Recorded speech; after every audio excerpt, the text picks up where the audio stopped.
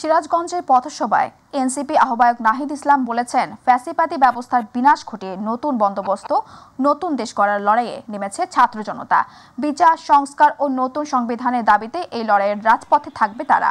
মাস জুড়ে জুলাই পদযাত্রার অংশ হিসেবে বিকেলে সিরাজগঞ্জের বাজার স্টেশনের মুক্তির সোপানে পথসভায় প্রধান অতিথির বক্তব্যে তিনি এসব কথা বলেন। এ সময় নাহিদ বলেন, গণ অভ্যুত্থানের পরে নিরপেক্ষ প্রশাসন ও বিচার ব্যবস্থা সবার চাওয়া। পথসভায় হাসনাত আব্দুল্লাহ বলেন, এনসিপিতে যোগ দিতে চাইলে নাকি ভয় দেখানো হয়, কিন্তু প্রয়োজনে দেশ ও মানুষের স্বার্থে এনসিপি নেতাকর্মীরা জীবন দিতে প্রস্তুত।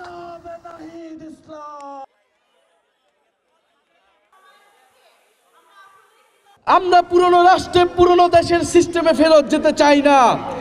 সংস্কার লাগবে, সংস্কারের মাধ্যমেই নতুন দেশ লাগবে।